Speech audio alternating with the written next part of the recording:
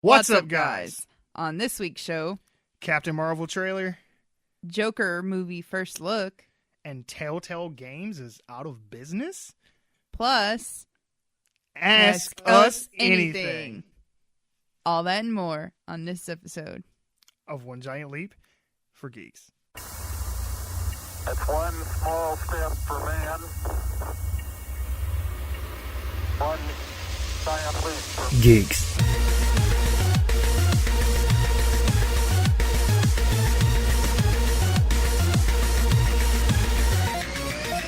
Welcome to another episode of OGLFG, where we talk about movies, video games, and all things in geek culture.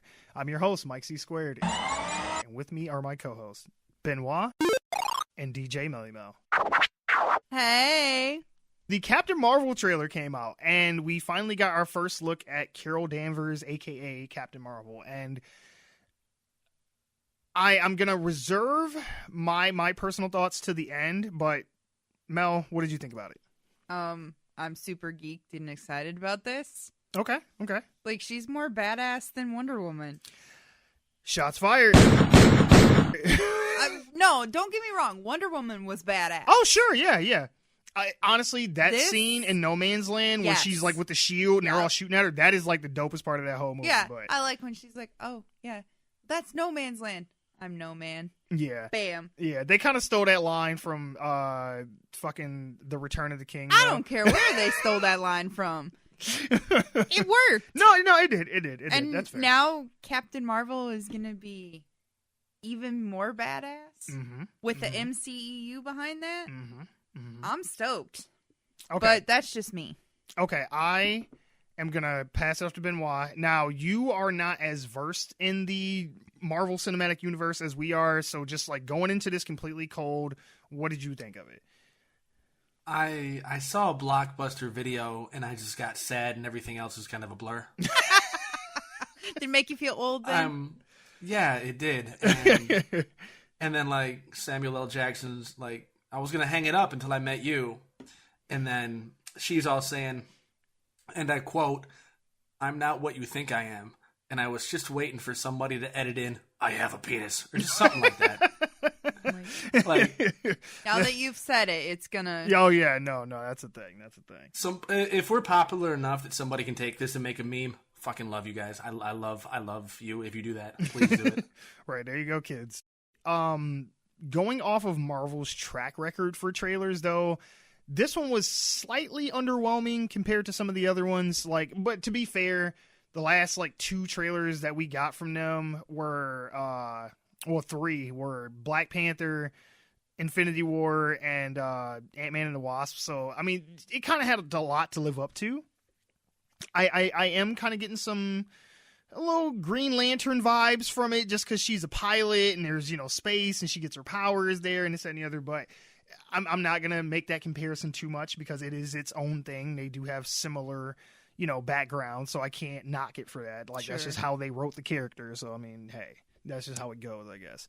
I did enjoy it, but like I said, it was a little bit underwhelming. But I'm waiting for because this is the first like teaser trailer, so I'm waiting for like a full one to come out. That being said, though, the dopest part, the Blockbuster video was cool because it's going to be taking place in the 90s. Yeah. Seeing younger Sam Jackson, that was cool, but the dopest part of this whole trailer, there's a scene where she's on like a subway train and she punches the fucking shit out of this old lady. I mean, just straight decks this old lady in the face. Yeah. And I was like, okay, I'm sold. Like, anything else, I don't need to know anything else about this movie. That sold me. So you're into violence against women? Yeah, older women especially, yes. Oh, yeah.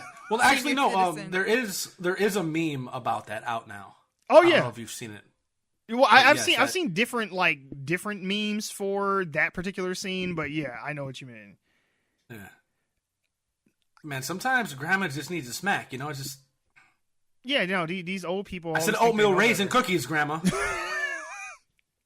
It's like, no, I don't want your fucking... oh, God, what is that shit? Prunes that you've been storing in your armpit. Oh, God. Ugh. My bowels are fine, man. Keep your prune juice. I don't need that fiber. Exactly. And no, I don't need Werther's Original. I have a cap on my tooth. To be fair, I like Werther's. I do, too. Oh, see, there you go. That's that guilty pleasure snack that I don't like admitting. See, there you go, two girls. But no, for those that don't know, the movie is going to have the Skrulls in it, and the Skrulls are this shape-shifting race of aliens, and so I'm pretty 99.9% confident that old lady is one of the Skrulls, and that's why she's decking her, or maybe she just wouldn't get up from her seat, and Captain Marvel wanted to take us to see. With the tagline, we don't know... What does Sam Jackson say in the background? Oh, you're not from around here? No, he's like, you hear him say, we don't always know who to trust or something along those lines. Yeah. I am really feeling the 90s aesthetic, like the Blockbuster video, the old school cars and shit, like the clothes. Like I was having a real nostalgia moment, and I was like, I like this. You know, Wonder Woman also takes place in the past as a time period movie, but I have no frame of reference for that because I wasn't alive during World War I. So, you know, I can't geek out on nostalgia from that. I want to say you might be able to geek out more on the 84 that's coming out. Yeah, Wonder Woman 84. Yeah, because that was 2 years before I was born. So, yeah, probably. But no, what they're doing with this, I'm feeling... you know, the 90s aesthetic, though I'm curious about how they're going to explain, you know, where she's been for the last 20 years, because, you know, fast forward to now, because she's in space. Well, sure, but the MCU takes place like in current day. This isn't like and that's one of like the drawbacks from it. I don't like the fact that they date the movie because, you know, 10, 15 years from now, when you go back and watch these, it's going to be like, yes, this took place in 2012, 2015, 2017, yada, yada. So it's whatever, but because at the beginning of the trailer, you see her crashing from space into the Blockbuster. So we don't know how she got there in the first place, nor by the end of the movie where she's been this whole time. So I guess we'll see.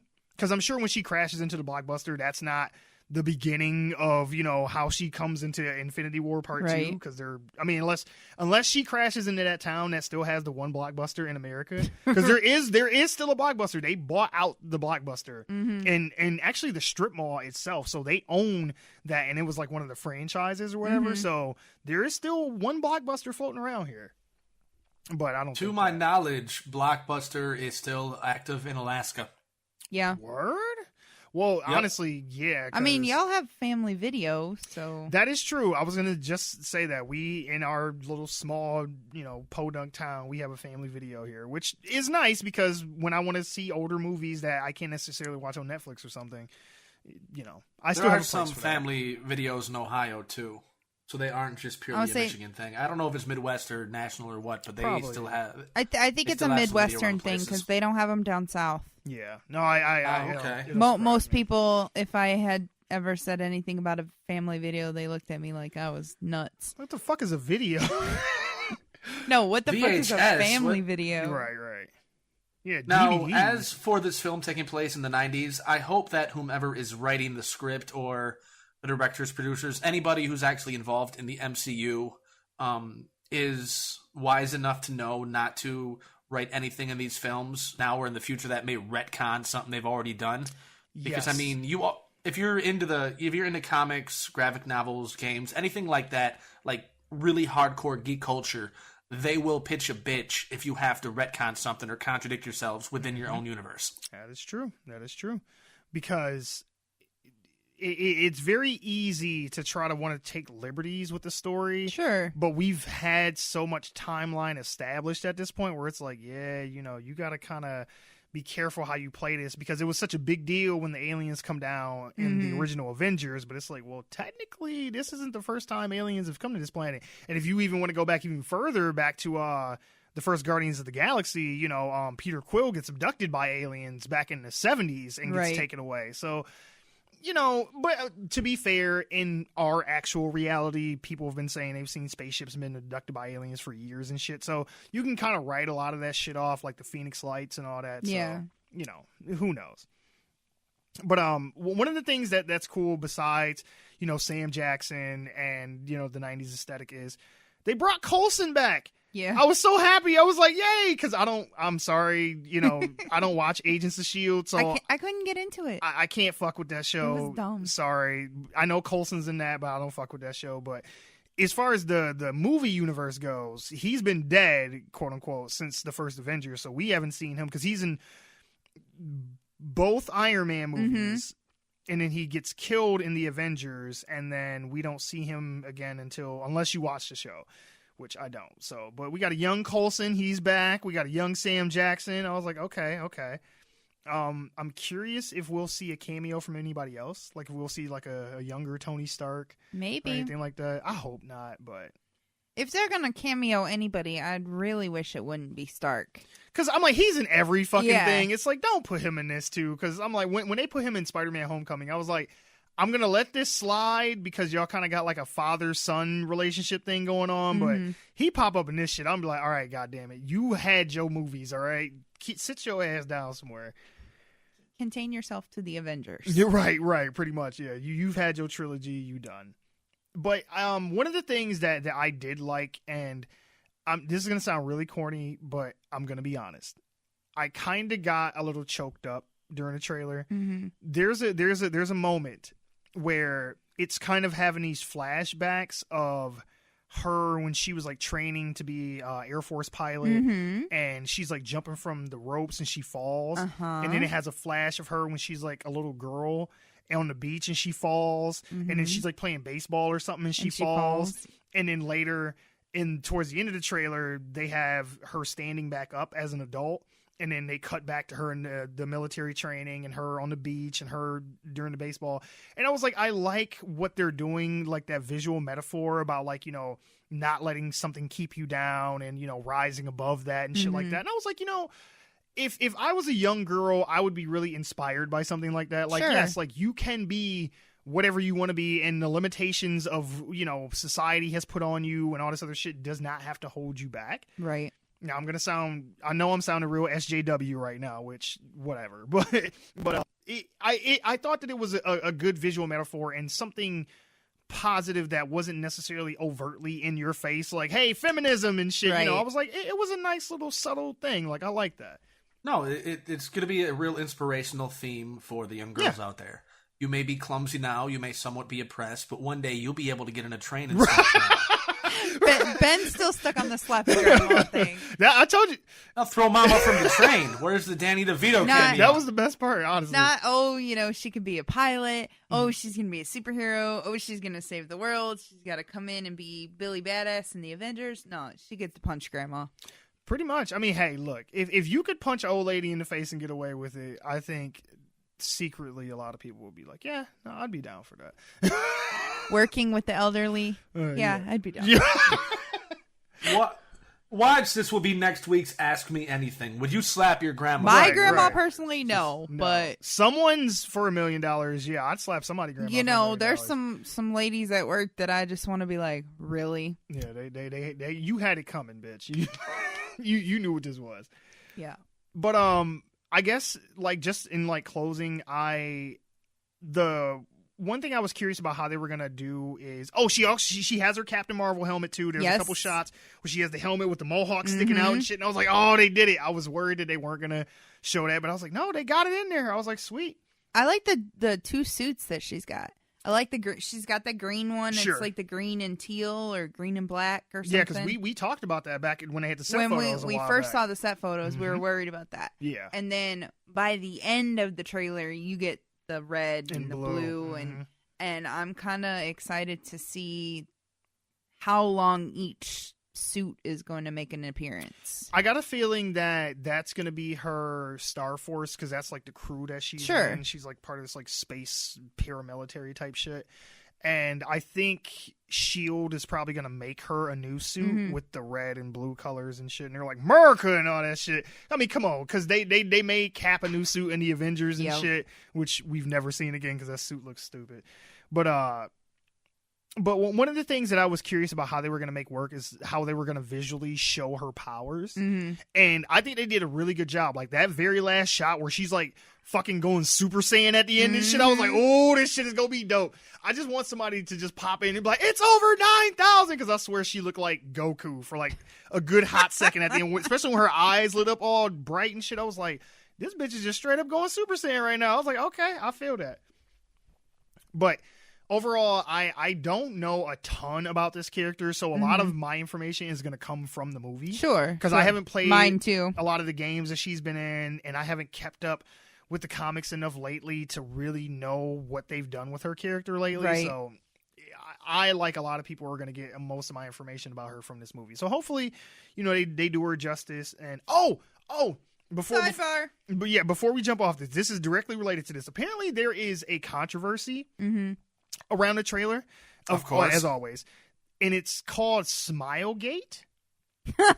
And I saw that on Facebook right before I came over here. Okay, so apparently people are pitching a bitch fit because she doesn't smile in the trailer. Like she always looks like stone faced or just straight faced, and it's just like, well, somebody told her to smile. And her response to that was, really? Because do you see Captain America smiling? And that's what I was going to say. Does Iron Man smile in his trailers? I'm like, perfect example. Scarlet Witch and Black Widow. When you see them in the trailers, they ain't never just cheesing like, hey, girl, and all this shit. It's like, what do you... I don't know. We ain't taking selfies here. We're saving the world. Exactly. And people keep like making comparisons to her and Gal Gadot. And they're like, oh, well, she's this, that, and the other, and blah, blah, blah in real life. And it's like... It don't fucking matter. Like, why do we have to make a controversy out of everything? And they've been photoshopping Brie Larson's face smiling in the trailer, and it's just like, why are y'all doing this shit? I saw it photoshopped onto Cap's face. Oh God. Who are these people thinking they have a right to demand anything of her? What the fuck you mean smile? See, and that's my thing, because I actually legit saw or watched a YouTube video. I'm not going to call out the podcast that did it, but let's just say it rhymes with hitters, or I'm sorry, with turd fast hitters. We'll just say it that way. And if anyone knows what I'm talking about, you'll know what I'm talking about. But that sounds like a podcast I want to listen to. Right. But just like had a whole like 20-minute spiel about how like, oh, this is some SJW, this, that, and the other, feminist, blah blah blah blah blah, and it's like, and it's okay to tell somebody they should. My grandma told me to smile when I was a kid, this, that, and the other. It's like, yeah, but you're not getting the point of how women. That's just another way that people objectify women, because it's like, oh, as a woman, you're expected to always be nice and approachable and friendly and shit, and it's like, fuck you. I would say Gal Gadot didn't smile in the Wonder Woman trailer. I think not she really. does. I think she does when she's fighting, because that was one of the things she did in Batman vs Superman, because she likes battle and shit. So when she gets knocked down, she like grins and shit, and she's like, "Yeah, I'm finna fuck some shit up." I don't know. I remember that trailer. She was like, I'm ready to fight," kind of thing. Yeah, well, whatever the case may be. So your grandmother, when you was a kid, said you should smile. You know what? That's your grandmother talking to a grandson. Nobody owes anybody a thing. Yes. Period. Male, female, whatever. Don't just walk up to a stranger or tell somebody, oh, you should smile. Right. Fuck you. You know, I've actually heard people say that just out on the street. Oh, you should smile more. Yes, yeah, just random ass dudes, and it's like, you should eat a dick. Now that be like, I'm having a bad day. For everybody who tries to Fuck say, you. oh, that's a feminism thing, that's because, yeah, it is. You do realize women are the ones that hear that, not men. You don't see guys walk up to random guys and, hey, you want to smile, bro? No, we don't give a shit. Fuck you say. But if it's a woman and we think she looks good, we want to see her smile. You ought to smile. Well, no, fuck you, guy. See, nobody owes you shit. I knew Benoit would understand. Yeah. Hey, I get it. Now, I heard nothing about the Smilegate thing, so I just Googled it, and apparently there is a South Korean game company called Smilegate Worldwide. All right. Nice. That is not what we were referring to. FYI with Benoit. Well, hey, maybe yes, that's where all this came from. It's the Koreans. Is it a North Korean company? No. No. If it was North Korean, they wouldn't be on the that's internet. A good point. It's South Korean. They develop mobile and online games. Ooh, it has 5. You know what? I'm not going to read the Wikipedia. Let's just move on. You can Google that your damn self, guys. All right. So then our next trailer that we're going to talk about is Mary Poppins Returns. Now, this is a direct sequel to the original Mary Poppins. I mean, some time has passed, obviously, in the film's universe, but it is a continuation of that story. It is still the Banks children. Now they're all grown up.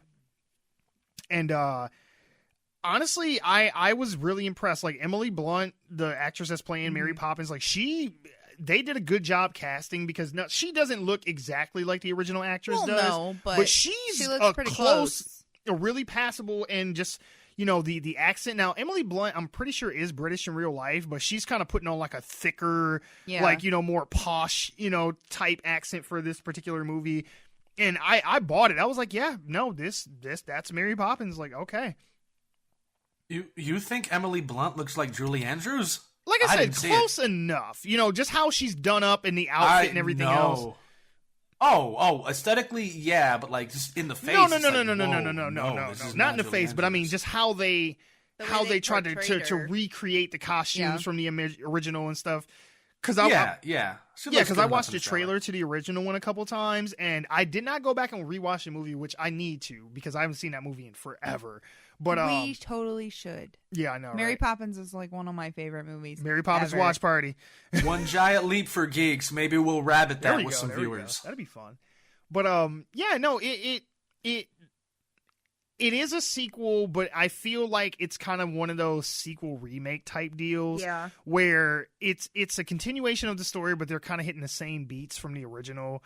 All the way down. We didn't have any original material. Oh, hey, we have original material. Right. All the way down to like them going into like the animated land and just how she's dressed throughout. Because that outfit that she wears right at the end of the trailer, where she like jumps into the bathtub backwards and shit when she's like, "Oh, let's go," or whatever the fuck she says at the end. Like, she wears that same outfit during the spoonful of sugar scene in the original movie. And it's. They even kind of made the Dick Van Dyke character again. Like, there's another guy who probably is a sweep your chimney and all that shit. Which, by the way, I don't ever want to hear your shit again about my fucking British accent, because we watched the trailer to the original Mary Poppins, and Dick Van Dyke's British accent is terrible. He's all like, "Mary Poppins," and she was like, "Yeah, mine is about on par with Dick Van Dyke." So I think that's passable. Yeah, even for like a Cockney accent, he was a bit almost what? No, yeah, he was very over the top. The word is very cartoonish in the way he did his Cockney accent. It was almost a caricature. Yeah, exactly. Yeah. Yes. Which I'm like, if I was British, I'd be. Now at first, right. Now, as I watched this, I was briefly confused, because obviously it was meant to be a sequel, as she's coming back to help. If you remember the original, it had a young son and daughter, brothers, or brother and sister, from a family whom she was to, babysit. Apparently, it sounded like it was maybe the wife. Well, the kids grew up, obviously.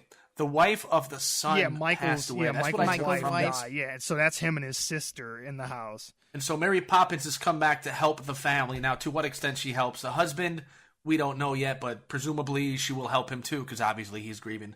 But yeah, when you mentioned Lin-Manuel Miranda, for those who don't know, he got really famous for Hamilton. At first, I thought, is he going to like reprise the role of Bert? But then later on in the trailer, we saw Dick Van Dyke. And so I'm like, wait a minute, if this is a sequel, obviously he won't be Dick Van Dyke, but is Dick Van Dyke going to be Bert? I think he's reprising his role, because don't they do some kind of time jump or something? Or there's some kind of scene where Bert becomes like an old man in the original movie? It's been so long, I don't remember. Well, I can't exactly remember, but he basically looks like he did during that scene now in the sequel. So they're kind of just like mirroring that. So it's like, hey, we don't even need to age him up and put fake prosthetics. He's already he's just old as shit now. Though, shout out to Dick Van Dyke and Activia or whatever the fuck he's taking, because he was up there dancing and shit, and I was like, oh shit. I didn't know he still had it in him. I was like, good job, Dick Van Dyke. I was like, you go ahead and get that shit. He was like, hey. He's like, I still got it. I still got it. One of the things though, that I really did appreciate is that they are bringing back the 2D animation, because I was worried since it's going to be a sequel, and you know how studios like to do, it's like, oh, we're going to update everything. So I figured when they went to like the animated world, it would just be like CG and shit. And I was like, oh, I don't want that. I was like, I want the 2D animation. You know, I miss the 2D animation for a lot of things. I've watched which on another story later we're going to talk about 2D animation, but go ahead. I've watched, went back and recently watched Disney movies. For some reason, I was having a day and I was all up in my feels and by myself at the house. And I was like, you know what I want to watch? I want to watch old cartoons and Disney movies. All right. So I started with some of the earlier ones, Hercules, Lion King, and I'm watching them. I'm like, all right, I can dig it. And then watched Finding Nemo and Moana, and I'm like, it's not the same. It's not. It really isn't. And I love all of those movies. Sure. You can definitely tell the animation has changed. Yeah. And unfortunately, we have kids these days that don't realize that the way that Nemo is not the way that prior movies were. Well, the Lion King remake that they're doing is probably going to be CG. I know. I'm not excited for that. I don't think it's going to be like Finding Nemo CG. I think it's going to be more like the Jungle Book CG, where they're going to try to make him look more realistic, which that could be cool. Look, whatever happens with that Lion King movie, if they don't play the Circle of Life at some point in that movie, I'm gonna be mad as fuck. Yeah, they don't have to do all the other songs, but the Circle of Life has to be in that movie. It's the very first thing when it comes up, that title where they're like Circle of Life, and they hold them up, and then it's like doom, and the title comes up. That's the best part. You can turn it off right after that. Anyway, sure, go ahead. Now, a little known fact too, you guys might not be aware of Moana. A lot of the songs that were written in that film were written by Lin-Manuel Miranda, who's going to be playing the Chimney Sweep. Yeah, I did not know that. He's not just a singer, rapper, actor. Jack of all trades. He's actually a songwriter as well. Nice. Yeah, I did not know that. And the cast actually looks like really top of the line here. Of course, Emily Blunt's Mary Poppins. Lin-Manuel Miranda is playing another Chimney Sweep. Emily Mortimer, I think she is going to be like the older sister. Yeah. That would make sense, yeah. I think. It'd be weird if she was the wife. Yeah, because put her in the she's trailer telling Michael, she's she's dead. like, you forgot what it's like to be a child or something like that. So that would make sense. Yeah. Colin Firth, Julie Walters. What really threw me off, well, Meryl Streep's in it. I love her. She's amazing. But what kind of threw me off was Angela Lansbury. Because I saw her and it got me thinking about Bedknobs and Broomsticks. I would say... I'm like, what is she doing in Mary Poppins? She's in a lot of Disney movies, though. Like, yeah, but lately, though? Well, no. Yeah. She's like, I'm reprising my role as the teapot from the fucking Beauty and the Beast. No, it's they're gonna make an announcement of they're bringing back Murder, She Wrote. There you go. Wait, is that Angela Lansbury? If only. Okay, Yeah. okay, all right. Yeah, you're right. That show ran like 12 years or something too. That was the well into NCIS the 90s. of its day. I want to say they're bringing back Murphy Brown, so why not? What the fuck? But I thought it was kind of funny when I saw her in the trailer for this, just because negotiations for the rights to even film Mary Poppins were put on hold, and that's because that's when Bedknobs and Broomsticks came into development. Oh. So she would have never. Who's to say if Bedknobs and Broomsticks with Angela Lansbury would have ever went into production if there wasn't issues with the rights to the original Mary Poppins? That's a good point. She's like, I'm not giving this shit up. Yeah. So I'm like, what role is she going to play in this? Because those two films, despite being different films based on like different novels or whatever, they're virtually the same kind of they're film. very similar intellectual properties. Very similar, yeah. One thing that I'm liking the songs from the little bit that they've shown in it, and I'm loving the 2D animation they're bringing back, and the casting that they did for the characters. All I want from this movie is they have to bring back that creepy ass animatronic bird from the Spoonful of Sugar song, because there's a scene where she's singing the song to the kids and she's like showing them like the birds like building their nest outside in the tree, and those birds are like creepy as fuck. And then she takes one on her finger and she's singing to it, and it's all tweet, tweet, tweet, tweet, tweet, and it's just like, oh my god, That is like the shit of nightmares. I'll say, you know, they're gonna have to go dig that shit up on some Disney warehouse somewhere. I don't want them to CG the bird. I know they're gonna if they do that song again or if they do something similar to that. Saying. But I want that animatronic. It almost reminds me of that owl from the fucking what is that the movie with the Kraken from back in the day and had the stop motion skeletons and shit. Fuck, what is the name of that movie? Clash of the Titans, the original, yes. The old school Clash of the Titans. He has that like animatronic owl and shit. Yes, that it reminds me of that. Creepy as fuck. I want that in the movie. So if y'all aren't completely done editing this shit and putting it in post, somebody need to go back, do some reshoots, and get that fucking bird in there. Or I'm not. Somebody gonna be go in the back lot of Disney, find that Mary Poppins warehouse. Dig that shit up. All right, we are moving on.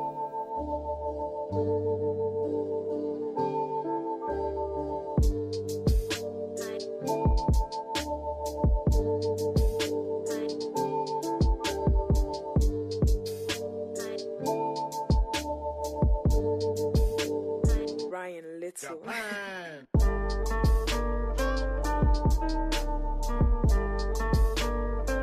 So, we had a blast last week doing our very first Ask Us Anything. Like this was kind of, because I was kind of having a rough time figuring out what dumb shit of the week was going to be last week. And I was like, you know what? Maybe I should just open it up and just let people just ask us shit. Right. And so we had such a good time doing it last week. And unfortunately, you weren't there. So I was like, hey, we will do it again. And then that way you can be a part of this. Now, well, thank you. Thank you. I appreciate the thought. Oh, yes, for sure. Now, Benoit kind of sort of knows a little bit about the questions, but you don't know anything. I wanted to try and keep you guys both completely in the dark so you would get fresh out of the baking oven, answers. You putting us in as opposed to a non-baking oven. Yes, right, exactly. So you putting us in an easy bake here? Pretty much, yeah. I miss those. Now, the very first one we're going to do is from Besotted Geek. Now, all these came from Twitter as well. So, kids, if you're not following us on Twitter, I don't know why the fuck you're not, because you could actually talk to us on a pretty regular basis. I'm pretty good about responding to people on Twitter. So, follow us on Twitter at GiantLeap, the 4 Geeks, and then you too can ask us something. Anything. Right. Well, yeah, just about, pretty much. I'm pretty open, so I'll answer just about anything. Yeah, I usually do too. I'm like, I'll tell you what color my shit was this morning, all kind of shit. So just whatever you want to know. But our first question comes from Besotted Geek on Twitter, at Besotted Geek Pod. They says, who wore it better, Batman or Dr. Manhattan? Now, you're making a face at me, so you may not get this reference, and Benoit probably doesn't either. But what they're asking is, there's a comic that just recently came out called Batman Damned, and the first issue, they have Bruce Wayne in the Batcave, butt-ass naked, and you can see his dick in 2 different shots. I mean, and I'm not talking about dick in the little, black trousers on his suit, full-on dick, like Dr. Manhattan from Watchmen, dick out. And I was just like, oh, okay. I mean, I don't know why they felt, hey, take artistic license, do what you want, but I don't know why they felt that was necessary, but it's in there.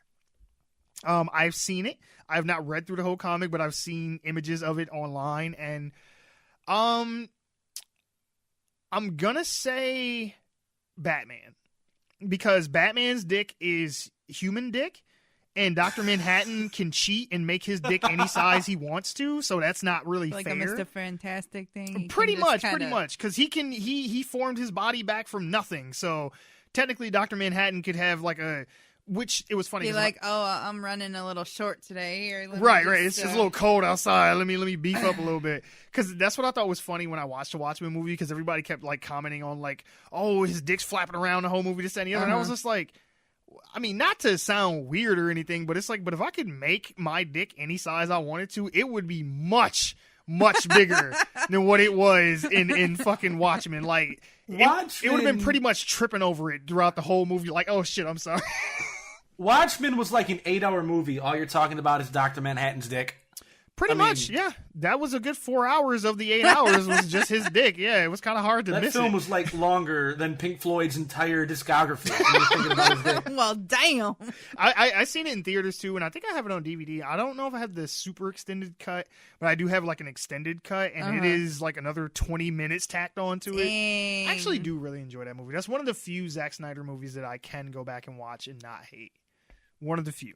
BVS though. Whew. Let's not go there. Yeah, that shit is rough.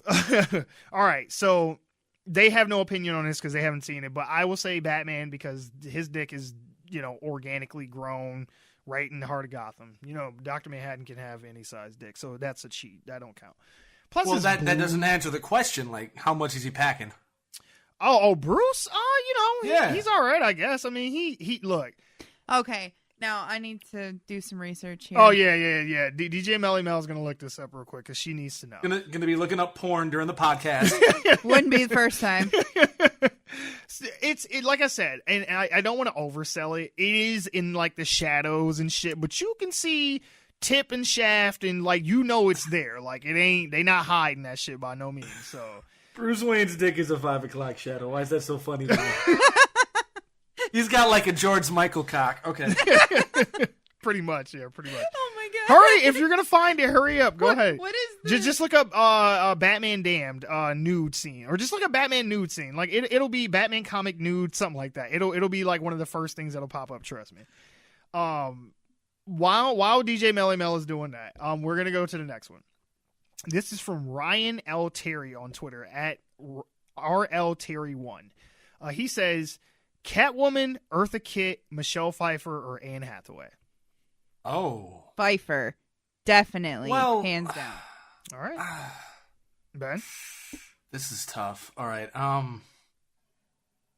In what context? Just who do I think did the best performance? Who was hotter? Like, all the above.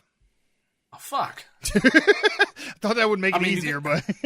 And Eartha Kitt's tongue game is strong, though. That's a tough call. Yeah, I'll give you that. Michelle Pfeiffer. Okay, let's see. Michelle Pfeiffer. So that's Catwoman for her is in between Scarface and Dangerous Minds. So that's a.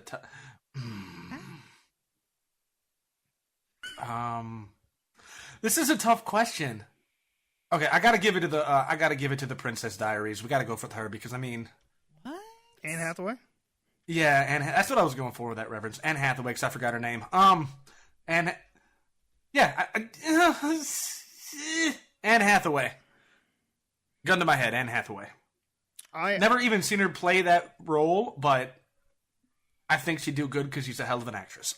I do like Anne Hathaway, and I think she did do a good job in the and as Catwoman in a very not good Batman movie. Like, I'm sorry, I know people love The Dark Knight Rises, but that movie is not me. They can keep that shit. I changed my mind. Eartha Kitt. I just thought about it. Eartha Kitt. I mean, she's one letter away from cat, and she can purr. Yeah, man. That when you said her tongue game is strong, I was like, damn, man. He made a good fucking point. I was like, I can't argue with that shit. I was like, yeah. I mean, the way she can roll them R's, I bet you can roll other stuff with that tongue. But anyway. I'm just saying. Yes. Okay. Michelle Pfeiffer in skin tight black leather. There you go. For me, I would agree with DJ Melly Mel. I'm going Michelle Pfeiffer all the way. That, just because she was the most iconic to me of Eartha Kitt is iconic.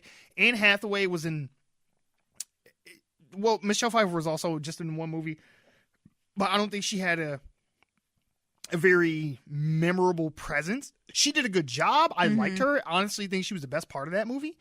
That and Bane's voice, just because it's ridiculous. Oh, Hathaway. I thought you said Pfeiffer for a second, and I was like... No.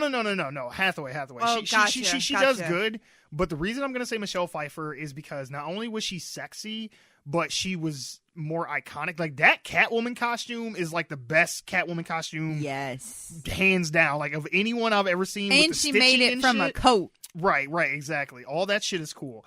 Plus, the one scene where she first shows up in full-on gear to Batman and Penguin, when she blows up the Shrek appliance store, and she's like doing the flips and shit, and they're just standing there watching her, and she's all out of breath, and she's like, meow, and it just blows up in the background. I was like, okay, Yep. that moment put it over the top for me. So Michelle Pfeiffer, easily. Okay, so next question. This one comes from the IMDb Journey podcast on Twitter at IMDb Journey. They said Sega Genesis or Super Nintendo. Super Nintendo. Damn. All right, Benoit. Yes. I am an RPG gamer. So I mean, mind you got like Phantasy Star and Shining Force. But I mean, if you're looking to play some role playing games, some like classic 16-bit RPGs or JRPGs, you got to go with the SNES. So I'm going to go with the SNES for that reason. Super Nintendo. Yeah, I because we had kind of talked about this before off mic, and I was saying, me personally, I'm kind of at a disadvantage. I'm gonna go Genesis because I never owned a Super Nintendo. Oh. Now that doesn't mean that I haven't played Super Nintendo games, but it's very limited compared to Sega. I've played Killer Instinct on Super Nintendo. I played GoldenEye. I played Super Mario World. But that's pretty much it. You know, I didn't play a lot of Super Nintendo. So my cousin had one, but I always had a Genesis. So most of my games are, you know, the Sonic games. What was the Dolphin Echo? Echo. Earthworm Jim was on Sega too, Yes. right? Yep. Yes, he yep. was. Earthworm Yeah. Jim. Well, it was Pick. on. Yeah. Yes, I played that game. The Power Batman Rangers, game, all that Batman. shit. So Power Rangers. So a lot of my experience with gaming at a young age came from Sega Genesis. So I would be being disingenuous if I said anything but Genesis. See, I had both and still have both currently hooked up to my TV. You do. I got. Well, if you're looking for games, I am selling. Just putting that out there. Right, there you go. Might talk to you after show. I got the Nintendo 64 on top shelf, the Sega Genesis and the SNES on the middle shelf, and then the Wii up on the bottom. But the SNES was the first one I got.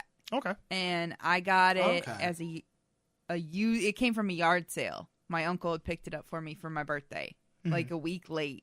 And he dropped it off. Damn. He dropped it Here you off go, kid. in Like, this fucking... brown, I don't know. Brown paper. It was like a brown paper bag, long and wide, from some store, Yonkers or something. And I was like, Yonkers. I was like, what's a Yonkers? He's like, don't pay attention to the bag. That's just where I got it from. And I was like, oh, okay. He's like, no, I didn't get it from the store. The place that I got it from gave me the bag. Right. He's and like, no, the bag came from Yonkers, not this Where you game. got it from? Got it from Yonkers. Got it from New He's York. looking at me. He's like, here, happy birthday. And it was the SNES, 2 controllers, Super Mario Land, Donkey Kong, and Street Fighter. Super Mario Land was Game Boy exclusive. You failed. Okay. World. Super Mario World. There I'm you so go. sorry. I'm a nerd. Yoshi, Gotta Mario, get my geek cred back. Luigi, smacking him on the ass. Mario World. Does he? No, he punches him in the head. Because I actually watched a game theory video. Yeah, on he it. donkey punches He him. straight up just punches Yoshi. That's how he makes him eat. They just punch him in the back of the fucking head. And it's like, that is animal abuse like a motherfucker.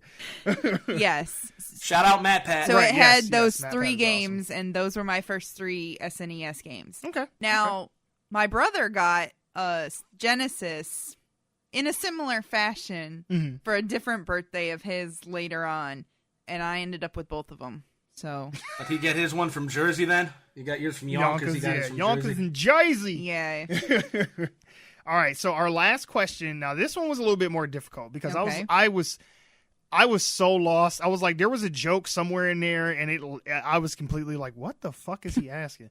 Okay, so this is coming from AD on Twitter at Nerd Adonis, and he says, after the events of the 2016 election, Mario Party, Marty. Mario Party, or Sonic Shuffle, or that Ratchet and Clank one. And Mario I was like, Party. yeah, right, but I was like so confused because I was like, after the 2016 election, I was like, what, huh? There was a joke somewhere in there. I still don't really totally get it, but I was like, okay. But he clarified for me, and he just basically said, which AAA party game do you find more enjoyable now of the 3 that he listed? And so, Mario Party? Mario Party. I would say the same. It's the only one I've played. So, yeah. I played the Sonic one, and I wasn't impressed. Yeah, Sonic Shuffle wasn't all that, yeah. Yeah, it didn't have the oomph and excitement that Mario Party did. Yeah. I don't know. Well, like I just said, I have 3 different Nintendo systems. Sure, yeah, I was So gonna say, I'm Nintendo Nintendo all girl the way, at heart, but yeah. It's a me. I don't know. I liked the Mario Party starting on the 64, the first 3, and then that awful one for GameCube. The Mario Party 4 is horrible. If anybody's, I don't think I did that one. Yeah, Mario Party 4 is awful. But Mario Party since Mario Party 4, it just keeps getting better. Yeah, We need to get our hands on some Switches, so when they release that, I know, right? we can play Mario Party, whatever it would be at now. 'Cause I don't know how many, like 9, 8. or something. Yeah, you're close. Yeah, They 8, have 9. I think 9 is in production. I play Mario Party 8 on the Switch. My boyfriend goes to school and they have like this game room and they've got pool tables and video game systems and all kind of craziness to help college students unwind from stress.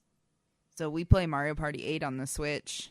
Nice. Pretty amazing. Yeah, I wish I had some experience with the Ratchet and Clank one, so then I could actually give an opinion on it. But no, unfortunately, never played that one. From what I've heard, they're a really good platformer, but they're way too modern for me to have ever really touched. Okay, that's fair. But yeah, no, that was another Ask Us Anything. Like, that was fun. No, like I said, these are fun because it's like I don't have to, make a structure for it or anything like that. It's just like, hey, whatever if you want to make it pop culture related questions, you want to ask us some shit about the show, like, hey, what did you eat for dinner today? Anything that you like, we are more than happy to answer it.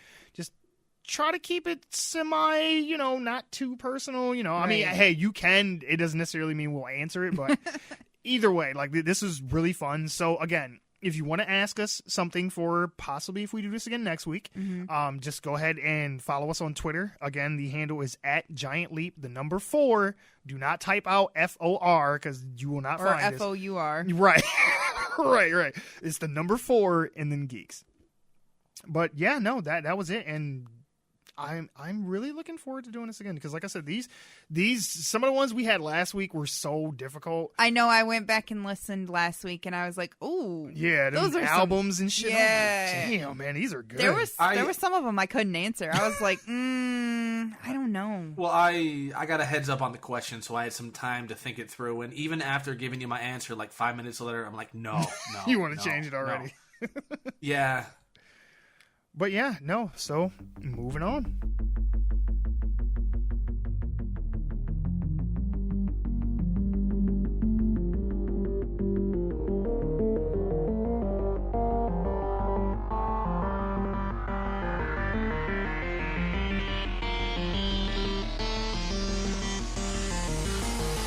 Okay, so this one is near and dear to my heart. They have been talking about making a Space Jam 2 for, like, I swear the better part of, like, 2 decades. And I guess we are finally officially making a Space Jam 2. Getting a real Space Jam 2, not that Brendan Fraser wannabe. No, I mean, get out of here with that bullshit. I'm just Get saying. up and do the Space Jam. I am very, very happy. And then kind of disappointed as well because they kind of went with the obvious choice. I mean, who else would they have picked besides LeBron to be the new Michael Jordan for this? I mean, Steph Curry. Yeah, sure, they could have did that.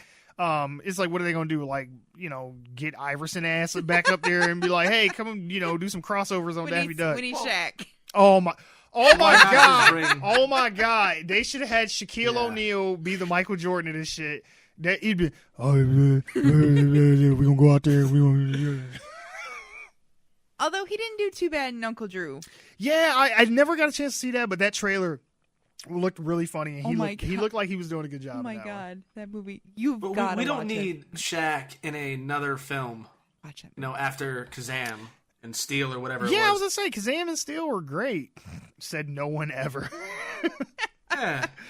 But yeah, this has been rumored to be in the works for years. I don't know what finally made them, settle and get an agreement and a contract wrote up, but they can't get it with the superhero movies, so they got to go back with Space Jam. I guess, man. Warner Brothers is like, look, Warner Brothers, and we're going to talk about this a little bit later too, but Warner Brothers is just going into their bag again. They just like, what worked before? Okay, let's just do that again. But, yeah, so LeBron, I'm pretty sure he put out on his Instagram like a picture of it was like a locker room basically, and it had like Bugs' jersey hanging up, and then like one that said LeBron, and then they had one for Ryan Coogler. Now Ryan Coogler, for those who don't know, he directed the first Creed and the Black Panther movie. Now, he is not directing this, so don't get your dicks hard, because he is not directing. T'Challa will not show up in Space Jam. That would be dope. He's like, get this man a ball. No, Vibranium ball. No, that's not going to happen. But Ryan Coogler is producing this, so he will be attached to it, some way, tangentially in some form or another. But it one of the things that I want to know, because we have no information about this besides that they're making it. Right. I want to know 2 things. 1, 3. Okay, 1, are we doing 2D animation? Because I swear to God, if y'all bring out a CG Bugs Bunny and shit, I'm going to be mad as fuck. I am not going to be happy about that shit at all. 2, who is going to be the new Bill Murray of this shit? Or are we just going to bring Bill Murray back again? Just bring Bill Murray back. Please bring him back. Yes. Bring him you back. You could, yeah. He could even say something like, hey, like, no. I had my shot. Cool. Right. Hey, I'm Bill Murray. I did this 22 years ago. It's so. I'm not doing it again. It's so weird, because watching that movie, he just comes out of fucking nowhere. And it's like, did y'all know him personally, or he just showed up on set one day and it was like, oh, can we write him in the movie somehow? Knowing Bill Murray, he probably just, well, I don't know him personally, but knowing of his personality. Yeah, he just wandered on set. He probably just, and it was like, put a jersey on him and give him some lines. For like the past 25 years, he just sporadically shows up at occasions. That is true. Like, you've seen the pictures of him just showing up at weddings or at a I've bar seen mitzvah. that before. And every time I see it, I'm like, is Bill Murray just drunk and just wandering into people's like weddings? And he's like, hey, I'm Bill Murray. He scours the newspaper, actually. Really? That's what I heard. That is. Like, he when people do the wedding announcements, hey, this is when so-and-so is getting married, and he picks and chooses. He's like, hey, let's go make an appearance. He must just really be fucking bored at home. He's like, I need something to do. He's like, they're not finna bring me back for a Ghostbusters, reunion or some shit. They should have, but we're not gonna go there. Yeah. Well, no, because that movie turned out bad, and he don't need to taint his legacy. They shouldn't have bullshit. had the 4 that they had, and they should have done just a reboot. Well, no, because you can't reboot with old Bill Murray. Okay, they would have been then, a like, sequel. a sequel. Yeah. I got you. It's just want to be the same without Harold Ramis. That is true. You know? That is true. But so that's 2. So first, it better be 2D. I don't want to see no CG bugs. Fuck no. 2, who is going to be the Bill Murray of this shit, or are we just bringing him back? And 3, they cannot change the soundtrack. Space Jam has to be the theme to this movie. That has to be in the, just like I said with the Lion King, the Circle of Life has to be in it. It's Your Jam, do the Space Jam has to be in the motherfucking movie. They like, better. Flat out. And well, I agree with that, but it's not going to happen. No, you know what they're going to do? They're going to have somebody remake the song. Justin Bieber and like whoever else is hot right now, I don't know, Migos or some bullshit. They're going to get some mumble rapper and whatever popular fucking teeny bop singer, and they're going to redo Space Jam. Cardi B and Drake. Oh, fucking don't say that, please. If Lil Yachty starts playing, I'm going to fucking break the screen. Please don't say that. I need to edit this whole part out, because I swear to God, someone's going to hear that shit, and that's going to be exactly what it... Cardi B and no, because, okay, who would be the girl part? The It's Your Chance, do your dance. Who would be that? Cardi B doesn't sing all like that. She more rap, so who would that be? It'd be like Lady Gaga and like Uzi Vert or some bullshit. I don't even know who the fuck that is. Another mumble rapper. No, I got you right here. They are gonna do.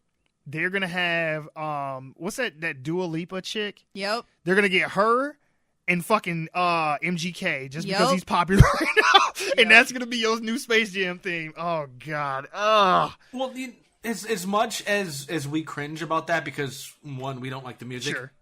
Space Jam came out in 96. It was a film 100% mid-90s. So to expect it to be, this one to be anything less than, Everyday 2019 is stupid. It's naive. That's fair.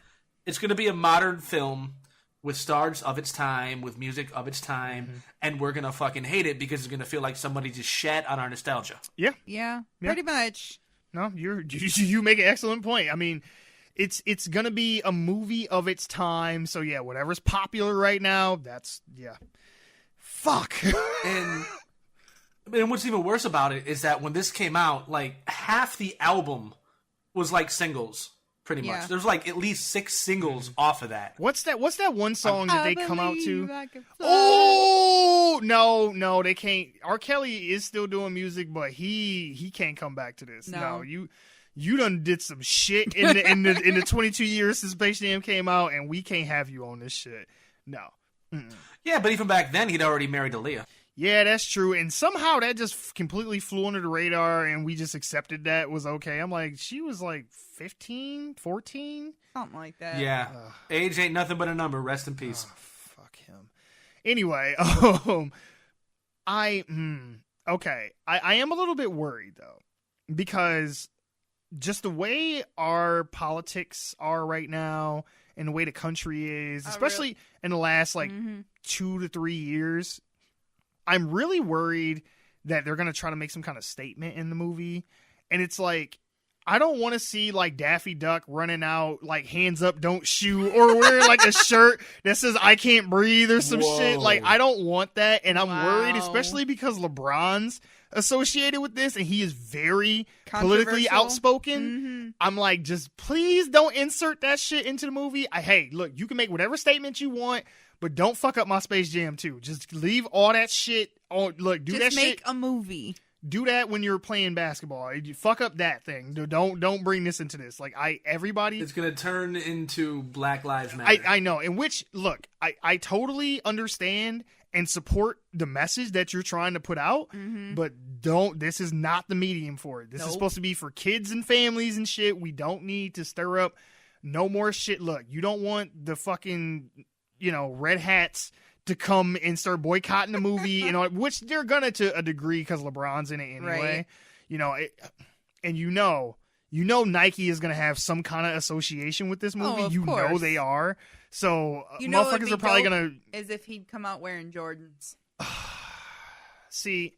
There needs to be some kind of Easter egg call out to Jordan in this. There has to be. I mean, he could still show up in the movie. Maybe he can be like who they steal the powers from this time. Yeah, he's the old superstars. Yeah, like the Monstars. Well, which I'm curious, are they going to bring the Monstars back, or is it just going to be a totally different? Like, who are they going to play against? Probably going to be a totally different thing. I hope not, though. Yeah, I'm thinking they're not going to like Mortal Kombat every 22 years. The Monstars wouldn't be stupid enough to come back again. But it's like, well, you got to have a premise for why he's joining up with them. Plus, they got the Danny DeVito guy out of there. They sent him to the comet, other planet thing. But then again, they already established, just like in Who Framed Roger Rabbit, that the human world and the animated world can coexist. And I want to say too, look, LeBron, we got to have a talk. Coming from a fellow man who has had problems with his hair, you got to go bald, bruh. You can't keep doing this, like, fill-in, spray-on shit. Like, your hairline has been fucked up for the last, 5 years. Shave that shit off, man. Like, I unfortunately lost my hair in my mid-20s, and look, you can't go back, man. You can't fake it. Like, he keeps going back and forth with... Sometimes you'll see him and his hair looks really filled in, and then other times, you can, see his scalp and shit in the right light, and I'm like, man, you gotta just cut that shit off. Just go bald. Because you're going to be in high-definition cameras on big-ass IMAX screens and shit, and they is going to clown the fucking shit out of you. Just cut that shit off. Be done with it. Like, I know the king doesn't want to give up his crown, but your hairline and your head has not been right since, fucking 2014, and you need to let that shit go. Look what Bruce Willis did. He saw his hair going bye-bye, and he just went bald. Yeah, but Bruce Willis, I swear, has been perpetually going bald. It had a receding hairline since he was, 16. I'm just saying. The earliest thing I can remember him. Yeah, no, for sure. And LeBron did shave his hair off for a little bit, and he looked fine. It's it's not like you got a weird shaped head or some shit. Right. It's just do your thing. As DJ Melly Mel looks at my head as I'm saying that, she's like, yeah, you bald headed peanut head motherfucker. Now, when have I ever been that mean to you? No, not. Could this be almost some passing the torch type thing? Imagine Bugs Bunny comes back to modern day, like, non-animated Earth, looking for MJ. He's like, but MJ's old. But MJ's old, and of course, cartoons don't age. That's true. So, like, what if Michael Jordan does pass the torch to LeBron? See, I almost feel like that's gonna That be would like be kinda cool. the underlying subplot of this movie. Like, if Michael Jordan shows up, especially just because they're making this movie with LeBron in the first place, because there's always been this argument of who's the greatest, LeBron or Michael, and it's like, I feel like once this comes out, they're gonna be like, he is officially now the king and the best because now he is, the Space Jam. You are the Space Jam now. You got the Space Jam now. I would say I'm going to probably get some flack for this. I don't like LeBron. That's fair. A lot of people don't. Some people do. Some people don't. I mean, I'm indifferent. He's okay. I Sure. don't really follow basketball. Sure. Not hardly at all. But, I know who he is. Sure. And I don't see the comparison. Look, I can't compare people from different eras. It's like in that one Rocky movie that they did where Rocky comes back out of retirement and fights that one guy. It was the one they made right before Creed came out. And it's like Balboa. Yeah, Balboa. Yeah. It's like you can't compare X person for the heavyweight championship. Yeah. You can't compare X person at their prime and Y person at their prime from two different eras. Right. The game was played different. There was different workout regimens and diets and shit like that. It's like you can't just pluck, people from different eras and then throw them up against each other and be like, oh, well, this is such and such stats and this is such and such stats. Look, the people he went up against are different. The team setup is different, this, that, and the other. You can't, I just don't think you can make that comparison. Yeah. Not a fair comparison, at least. Nah, people want to try and do, like, I think it was Spike TV that had that show where you take different warriors from different time, periods and make them fight each other and just see, like, through simulation who would win. Yeah, like a samurai versus everybody's a knight or gonna some shit. Right. Yeah, whatever that show was called. Everybody's going to want to do that, and I simply refuse to. They're different eras, they're different players, and as far as I'm concerned, I got no issue with LeBron. I might just for shit say, like, fuck him, but no, I don't, because let's be real, he was like the last person. He's the last person I can really think of since Kobe, who pretty much got plucked up out of high school and became like one of the GOATs. Oh yeah. Did you really just go there? But you know what? To be fair, No, I did. My issue with that is GOAT. I hate that expression. well, it's the greatest of all time. I know what it means. I just hate the expression. It's an acronym. LL Cool J cannot hold the copyright of GOAT. Okay. I didn't like it when he said it either. No. It's a stupid expression. He's done a lot of good things with his money and his fame. He's brought light to a lot of good causes. He's donated a bunch of his money. He's like opened up a fucking school. Yeah. Oh yeah, personally, he's a hell of a philanthropist. Yeah, he's a philanthropist at this point. Yeah, and so kind of like as a take off of this. Now, do you guys even remember who was in the original NBA? I was going to say NBA Jam. Who was in the original? There's a lot of guys in that game. Who was in the original Space Jam? Oh, like the other players that they stole the powers from? Yeah. Do you remember who was all in there? Barkley. Because they had a fucking... Barkley, the dude who Grandmama, I can't think of his name. Short little guy. Muggsy Bogues, yep. Real tall guy. Was Patrick Ewing in there? He was not the only Hornet, though. Yes. Yeah, Ewing was. Okay. It was Jordan, Barkley, Muggsy Bogues, fucking Larry Bird Larry came Bird out. was in. Larry Johnson. Larry Sean Johnson, Bradley, that's Grandmama, I think, yeah. Yeah. So I'm wondering, who do you think would be... Let's just say they bring in 6 other guys, current NBA stars. Who do you think they would bring in? Or who would you want it... Well, I mean, you guys might not follow it, but who do you think should be in from what you know? Steph Curry. Of course. Shaq. We're gonna get Shaq in there some kind of way. He wasn't in the original, so we gotta get him in there some kind of way. Steph Curry for sure. No, Shaq should not be in the film. He needs to be on the soundtrack. He needs to rap. There you go. I heard he's a rapper, yeah. Yeah. He had an album. Oh, yeah, he is. Not a good one, but he had a rapping. game, Shaq Food. That shit was actually pretty fun, which I'm pretty sure that was on Sega. No, that game is complete shit. Hey, it was fun at the time. But no, I'd say Steph Curry definitely, probably like Kevin Durant, maybe Draymond Green, Okay. Carmelo Anthony. Oh, one of the ball boys. Levon Ball or Yeah, what's his son's name? Matumbo? No. No, because LeVar is the father. Uh-huh. And what is his son's names? I know who you're talking about. Yeah. Let's get Isaiah Thomas. I'm going to start rattling off No. Pistons. Shut me up. Right. Just the Scottie dream Pippen team, pop right. up somewhere. Let's get Joe Dumars. But overall, I mean, I am excited for this. I'm curious as to how they're going to make this work this time. And like I said, please don't fucking put MGK and Dua Lipa on the fucking Space Jam remix. Like, please don't do it. They're going to fucking do it, but just don't. Oh, no, what they'll do is they'll just get Eminem to do it, and then be Venom and all that bullshit. Oh God. Okay, I don't want to go there. I'll say don't go there. I don't want to go there. Moving on. You're still sour about that Venom song. And always will be. Although I did listen to Kill Shot since then. Sure. Decent track. I like it. Yeah, no. But I'm not shitting on Venom either because I like that too. I like a wide range of Eminem. Anyway.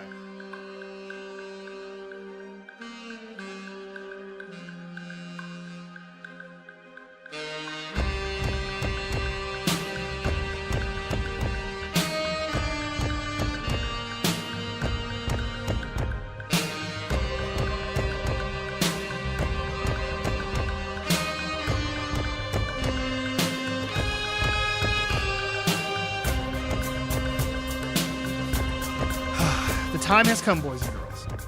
Breathe, because I can already tell DJ Mellow Mel is going to go on a thing. Okay, so we have finally gotten our first look at Joaquin Phoenix as the Joker, or as his name apparently in the movie is going to be Arthur Fleck.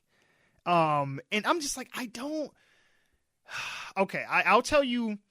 They put out some screen test footage of him. And, you know, his just normal clothes. And then by the end, he's in the full-on clown makeup.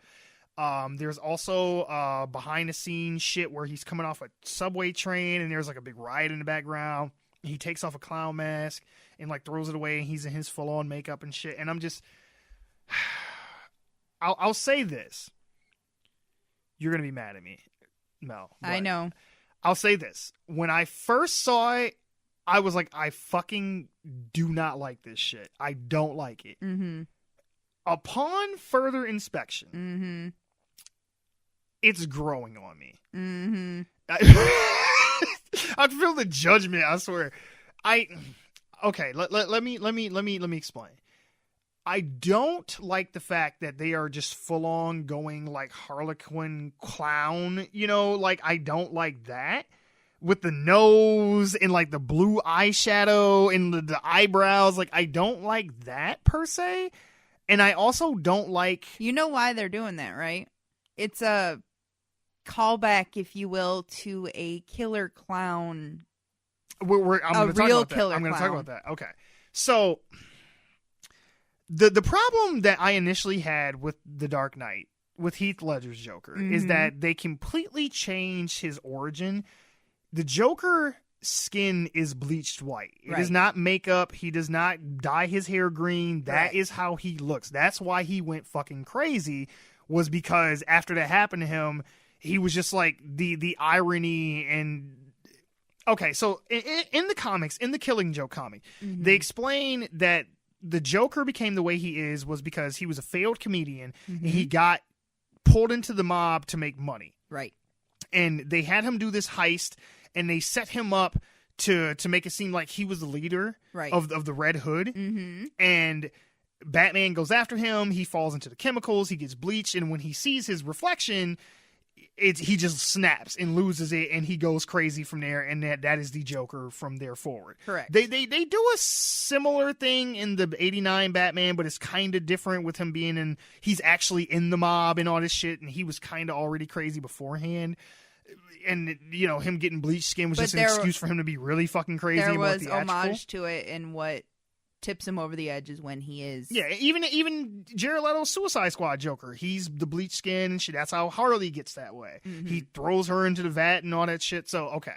That is his traditional origin. Sure. Now for the Dark Knight, they did something different where it was like, oh, it's like war paint and clown makeup, and he does it to make people scared of him and fuck with people and shit, which kind of sort of makes sense, but not really. But I was like, whatever. Not at all, but okay. Heath Ledger did a good enough job to where I just accepted it. Like he had a different take on the Joker. I know you don't like it, but he did a if different y'all could take. see my faces right now. Yes, he did a different take in a way to where I was like, hey, I've never seen the Joker presented this way, and I like what he's doing with it. Like he will. You can just think of it as this is an alternate reality Joker, and he is his own thing, just like Batman. You know, he's his alternate reality, whatever. I don't like the fact that with this they're going back to the face paint. Yes. I don't like that. I almost feel a lot of this is they're trying to, and this is what I meant from earlier about Warner Brothers is going back to like, hey, this worked before, let's just do it again. They're going back to, oh, he's just crazy as hell, and he paints himself up to look like this. And I'm like, why are we doing that? Like, no. Well, who is to say that he really does go through painting his face? I mean, we've only seen like real teasers. We haven't seen anything that would indicate what made him snap. This just could be him in the face paint. To be fair, there's a like behind the scenes or on set video of him leaving like this joke shop thing, and he's yelling at this dude who's in like clown makeup and like a traditional clown with the red like foam nose and shit, and he's like talking shit at him, and he has like a brown paper bag full of whatever, we don't know what's in the bag, so we assume that he's like a comedic clown, because even in that test screen footage when he's like staring at the camera and he's smiling, and then you can kind of see like this footage starting to play over him of him and like the Joker. Oh, the Instagram thing that was released? Yeah. And he's like kind of dancing around in the footage and shit. It at least it almost seems like he's going to be like a Carrot Top type comedian. Mm-hmm. You know, if that makes sense, like with props and all that kind of shit. And I think the face makeup shit is a part of it. I mean, I don't know. We don't know yet.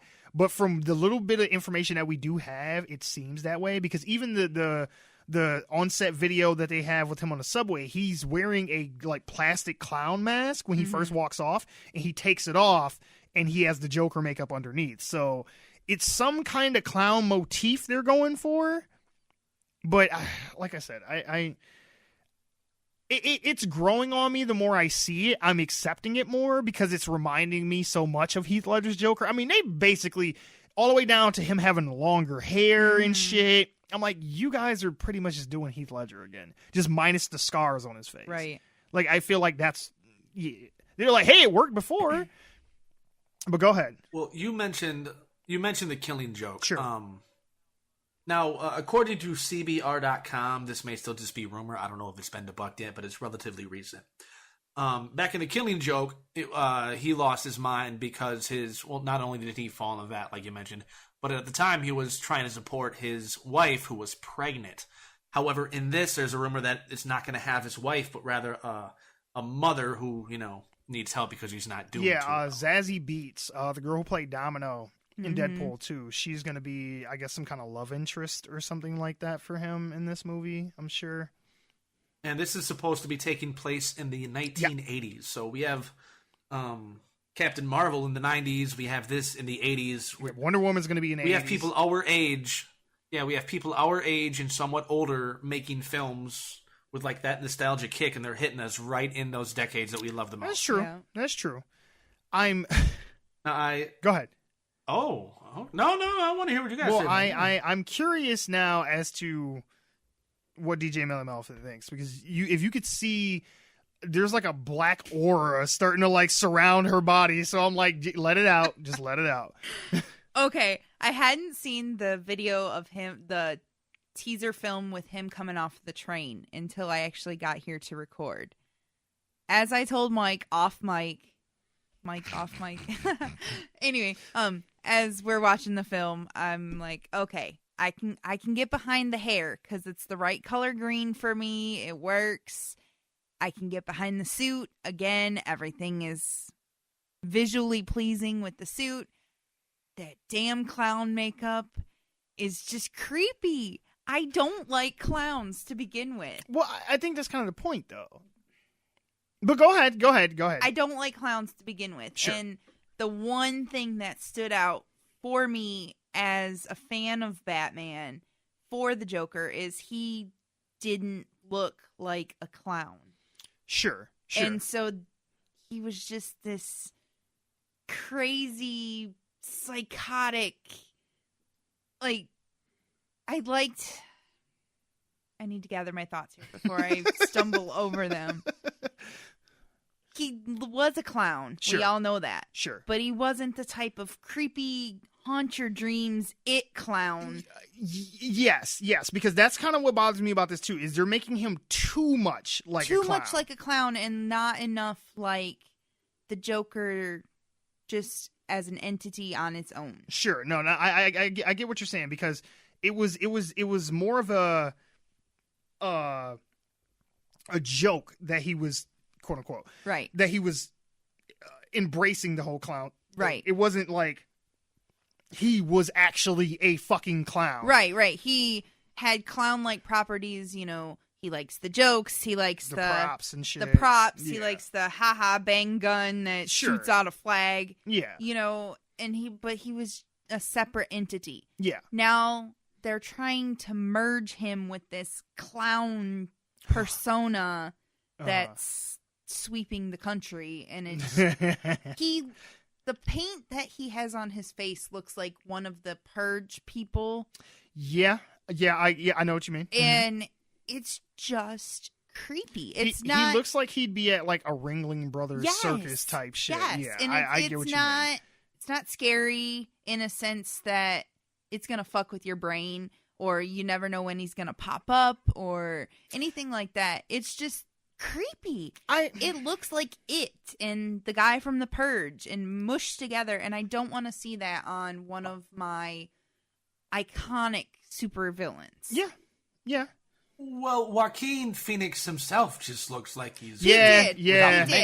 I remember saying that. Makeup or no makeup? It makes me wonder if they're gonna... Are they gonna try to take a more psychotic, methodical approach to him, where it's gonna be more like suspenseful, as in this guy looks creepy, but you never have any idea when shit's about to pop off? Because like with the Joker, you were always kind of like, you knew something was happening. Right. Oh yeah. Whether or not you knew what it was. Whereas with him, I would... This kind of falls back into what I was saying last week about them kind of reinventing the wheel over and over and over again with these IPs. But I'm wondering if he plays the role, because this is supposed to be like an origin story for him. Right. So I think it would be really smart if he didn't like fully lose his shit and do anything until the very end. So the whole movie gets to get creeped out, and maybe you actually feel some sympathy for him. So that when he finally turns, it's like a tragic, like situation where it's like, oh, you wanted things to work out for him, but it kind of like what they tried to do with Anakin Skywalker in the Star Wars prequels, where it's like, oh, he's supposed to be this good, hopeful person, and then he tragically becomes Darth Vader. Like, he started off as a good guy because you meet him as a kid and all that, but they didn't. Anakin always seemed like an asshole that whole time. All that time in the first 3 episodes of the Star Wars franchise, and it felt so forced. Oh yeah. Oh yeah, 3. No. He always. There was never a point where I was like, yeah, Anakin seems like a good dude. Like, he's like wearing like all black and he's like angsty and shit. I was like, well, no shit, he was going to turn into a fucking asshole. Like, he was always an asshole. He was only nice when he was like 5. Right. And then once he was like a teenager on, it was like, yeah, I could totally see him being Darth Vader. Okay. And now maybe this is just me. Sure. I don't know. But if you go back and watch like the beginning of that teaser trailer, there's a couple things I want to mention. One, for all the people in the goddamn comments, that song was not Smokey. That was Laughing by the Guess Who. I was curious of what that was. Get your classic rock right. I was curious. I'd never heard that song before. Where he's like, I should laugh. It took me by surprise. They were laughing. That's the Guess Who from like 68, 69, one of the greatest Canadian rock bands of all time. Not Smokey! Okay. And 2, maybe it's just me, but when you look at him in his face in that clown makeup, does he not look like Jeff Bridges in The Big Lebowski? Yes. He looks like 3. He looks like Jeff Bridges from The Big Lebowski in clown makeup. He looks like this movie. I can't think of what it is, but I know there's this movie where Bill Murray's a clown in it. And I swear to God, he looks like Bill Murray. Like toys? Maybe. I know he's like a clown in the movie. I can't remember what the name of it is. And in the third one, and I think this is kind of what they're going for, is he looks like John Wayne Gacy. Yes, he does. That's the serial killer clown that you were talking about. That's what when I first saw it, I was like, wait, this is what we're going for right now? Because I'm like, I don't know. Quick change. I don't know if Oh, wait, That's no. the Bill Murray clown. the Bill Murray. movie. Oh, quick change. Okay. Yes. I'm like, I don't know if it's a good idea to. Yep, that's it.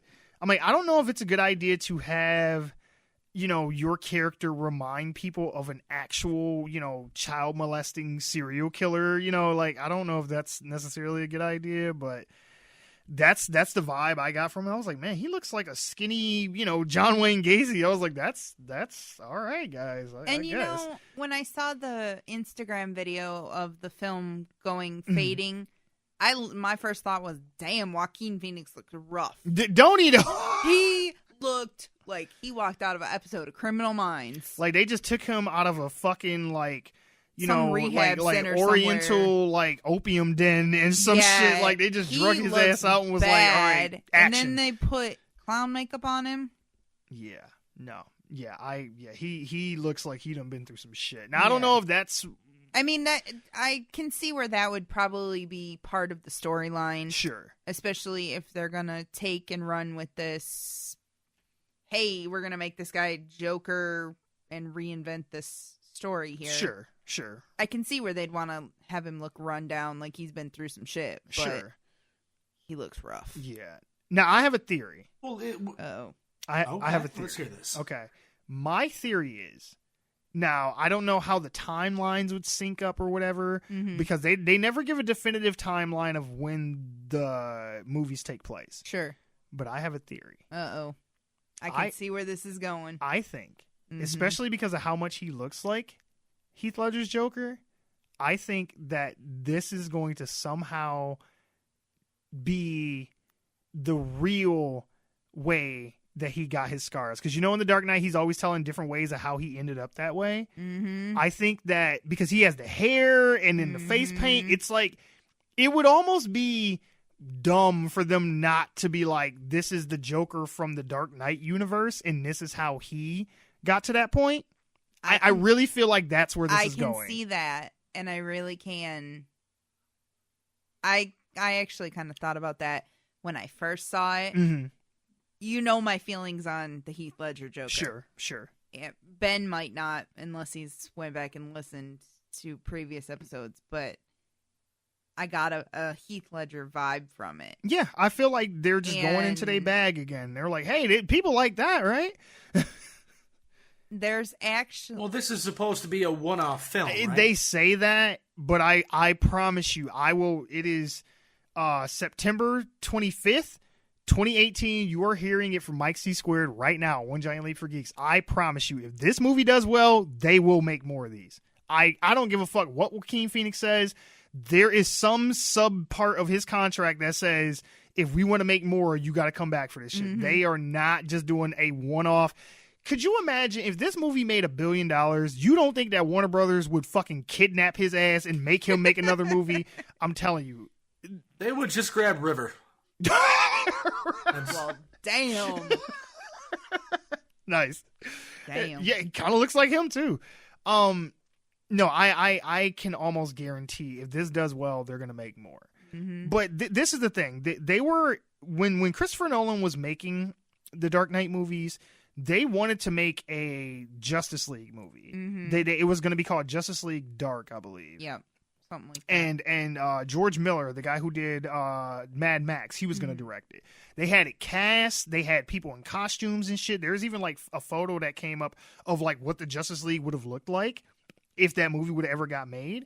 But the reason that they never went through with it was because Christopher Nolan said, I am not going to make these movies and then have a simultaneous 2 Batmans running around or 2 Jokers running around, this, that, and the other. And now we're doing the same thing any fucking way. Yep. Jared Leto is still contractually obligated to play the Joker in at least 2 or 3 more films. Now, whether that be Batman movies, whether that be Suicide Squad, whatever it may be, his version of the Joker still exists, as far as we know. Right. And so unless they buy him out of his contract, I don't see how this is gonna. It's like this is like gonna be a separate. This is what me and Benoit talked about last week. Mm-hmm. You're gonna confuse the audience. General audiences who don't follow this shit, who don't know the inside baseball of the behind the scenes and all that, they're not gonna know that they're making 2 separate Joker movies. All they're gonna be like is, oh, is this how Jared Leto became the Joker? You know what I'm saying? They're like, why isn't Jared Leto in this movie? Like, people who aren't really into this shit, they're not gonna know that this is a one-off thing. Like, they you're diluting the brand. You're doing too much too soon. It's and as well too, this movie doesn't come out until October of 2019. We are seeing way too much of this shit. I feel like I posted this on Twitter. Mm-hmm. I was asking, like, you know, with what we've seen with these like leaked set photos and all this other shit, which, by the way, they're not leaking. This is not somebody like, oh, they were on a sidewalk and they happened to see him filming and, you know, pulled their phone out. No, this is like the video I shit. showed you with in the subway and shit. Mm-hmm. They are behind the cameras filming. Like, they are right there next to the director. You can hear him with an earshot saying like cut and action and all that shit. Warner Brothers is purposely releasing this shit. The test footage and all that, they are doing this on purpose, trying to like build up hype for this movie coming out. This movie is still a year away, and we already know what he's going to look like as the Joker. Not only that, we're still waiting on the Batman movie. Exactly. We ain't heard nothing about that. It's like, and somebody had tried to make the argument to me that, well, we saw a teaser trailer for Batman versus Superman a year before that came out. I was like, yeah, but that was at fucking Comic-Con. And it's Batman versus Superman. Like, of course you're going to show some shit to get hyped for that. Like, I mean, now in retrospect, that movie was shit. But at the time, that was supposed to be like the biggest thing. People have for decades been wanting to see Batman and Superman together on screen. Right. For fucking literally decades. It could have been good. It should have been good. They just tried They are 2 of the most popular fucking characters ever put on fucking paper. They tried to cram too much into one movie. Yeah.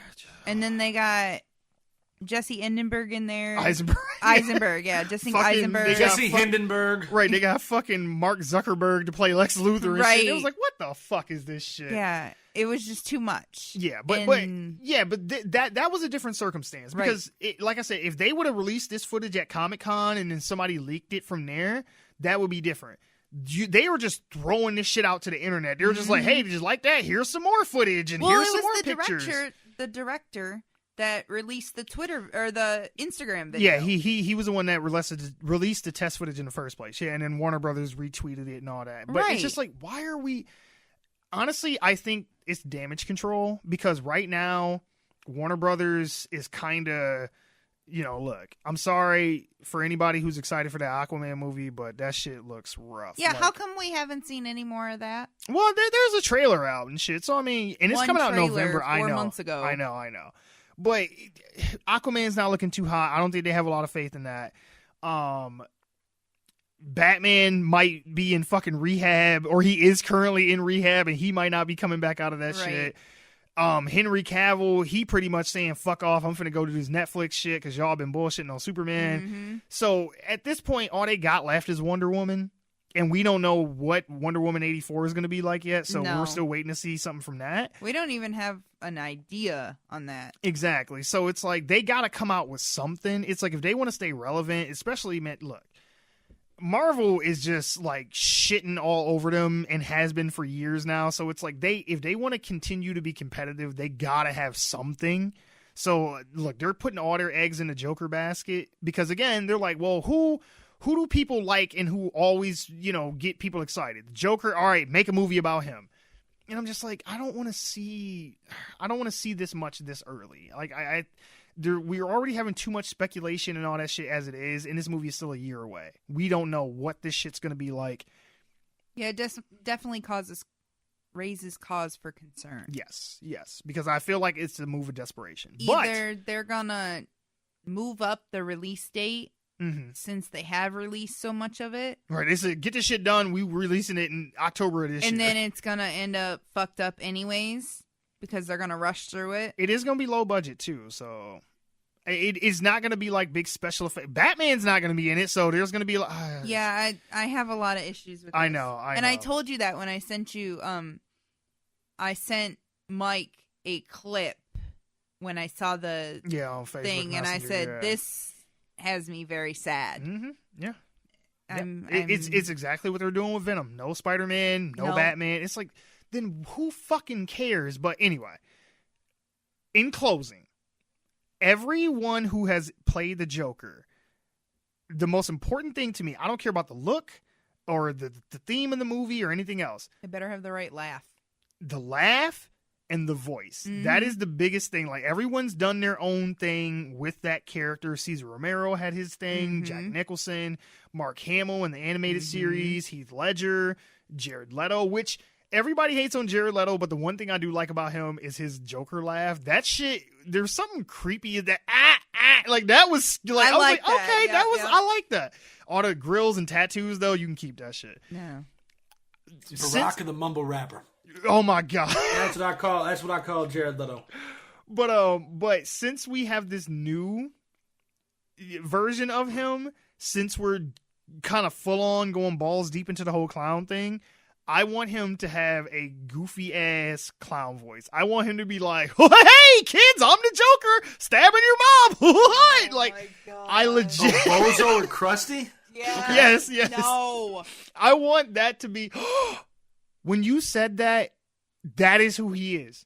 He is fucking Krusty the Clown. Yep. Because he's all like, oh yeah, and then he even like does the, oh, I'm all goofy and smiling, and then just goes straight face, where he's all like, oh, welcome back to the Krusty Show. We'll be back after these messages, and he's like, oh, I need a cigarette. Like he is legit fucking Krusty the Clown. Oh my god. Same paint and everything. Fuck, god damn it, Ben. I'm never gonna get that.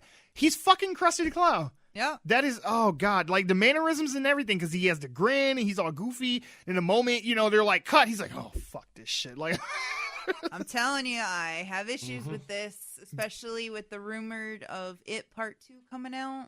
Oh no, there ain't no rumor. They're doing that. I can't deal with all this clown shit. But see, that's what's fucked up. The clown in the It movie looks more creepier than your clown prince of crime, supposedly, as the Joker. Like, the way they did his makeup with the lines going up his mouth through his eyes and shit, that looks cool. All this like messy, weird they both shit look weird and creepy. Well, I'm fine with that. Pennywise is refined. The Joker is just some guy who kind of scribbled shit on his face. Yes, thank you, Ben, thank you.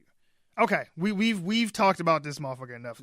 See, but that's the thing though. This is why they're making that movie, because even with just this little bit of shit that they've put out there, Twitter and everywhere else, this is all anybody's talking about in the movie sphere right now. So it's like they know that. That's why Benoit asked me last week, do I think that the whole superhero thing will ever fade away? I don't think it'll ever go away completely. It'll die down. It'll slow down. But there will always be a hunger for these characters. Like, if you put this shit out and you make it good, people will always go flock to this. I said this to one of my coworkers about a year or so ago. I told him that comic books and superhero movies and shit like that, these are our cave paintings now. Sure. These are our myths. These are our stories of Zeus and, the Titans and all that. This is our modern day version of that shit. Until something else comes along to supplant that, this is our mythology now. This is our cultural mythology that everybody knows about and, follows, and you tell your kids and all that shit. Right. Like, this is what it is now. But anyway. If you're a good parent, you tell your kids. Not them shitty parents that don't. No. We don't talk about comic books. Yeah. No, fuck He's you. like, you're a fucking wannabe Captain America. You goddamn right. Captain America's awesome. Fuck you. Anyway. Screw Scientology. Praise be Thanos. Oh, my God. I cannot believe you just said Oh, that. that was good. Wow. All right. Moving on.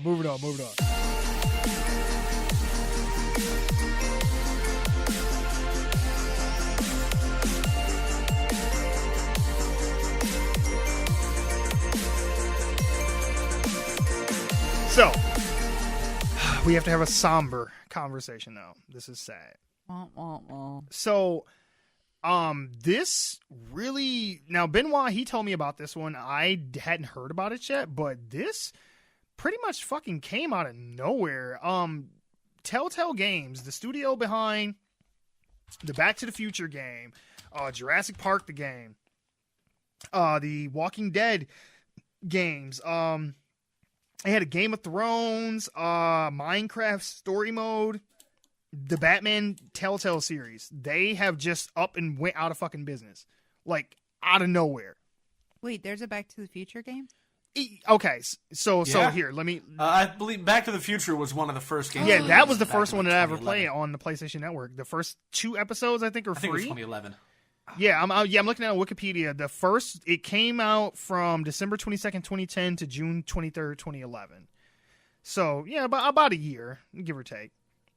So what happened was, the company just came out of nowhere and just put out this tweet. And it says, I'm getting this from comicbookmovie.com.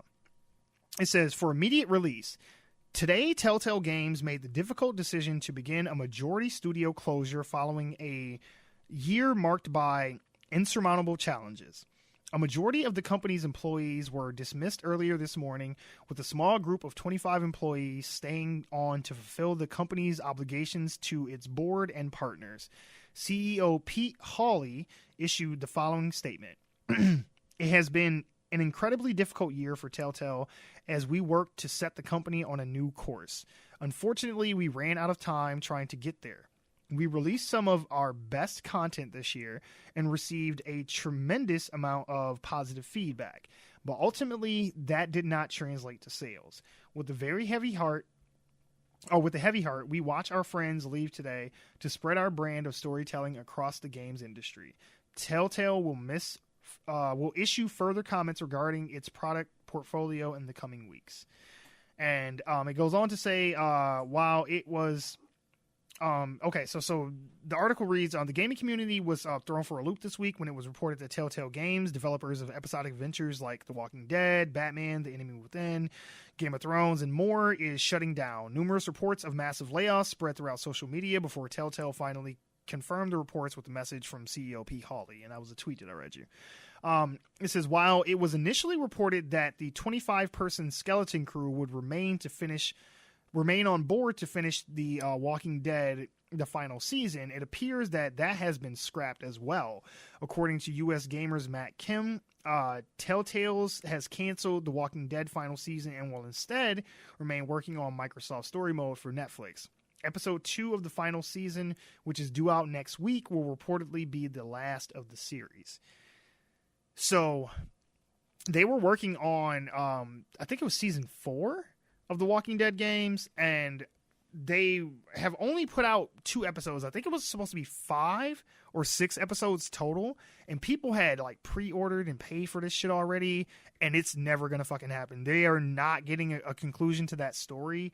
And the other projects that they were working on, they were gonna make a fucking Stranger Things game, and that's not gonna happen now. So for those that don't know, Telltale, what they do is they make episodic story-based games. They're not like shooters. They're not RPGs per se. You're basically, it's doing a choose-your-own-adventure game. Kind of thing, yeah. Or think of a choose-your-own-adventure book, but if it was a game. Where basically, yes, you get to run around and select things and stuff like that, but you're not playing a game in the traditional sense of what you would think of as a game. Right. It's more of just a story. Like, if anyone's into like the old school Goosebumps books, something like that. If anyone's into, like, if you've ever played any of those like dating games from like Japan and shit, where it's like basically you're just reading a wall of text and shit, and you just select like your answers and stuff. It's kind of sort of like that, but it's more of a game than that. You know what I mean? Like, am I doing a good job explaining this, Ben? Yeah, because I know what you're talking about. Yes and no. Yes and no. They consider them interactive stories, so the choose your own adventure route is pretty accurate. It is essentially what it is, interactive story. You choose, dialogue trees, branches one way or another, and periodically they just skew like QTAs in there. Quick time events and shit like that. Yeah, you don't need like mad reflexes or really skill per se to get through it. But pretty much everything you do will affect the story. They have multiple arcs they take, and my guess would be just from episode 1 and 2, which I've played, or there will be 5. There would have been 5 episodes per season.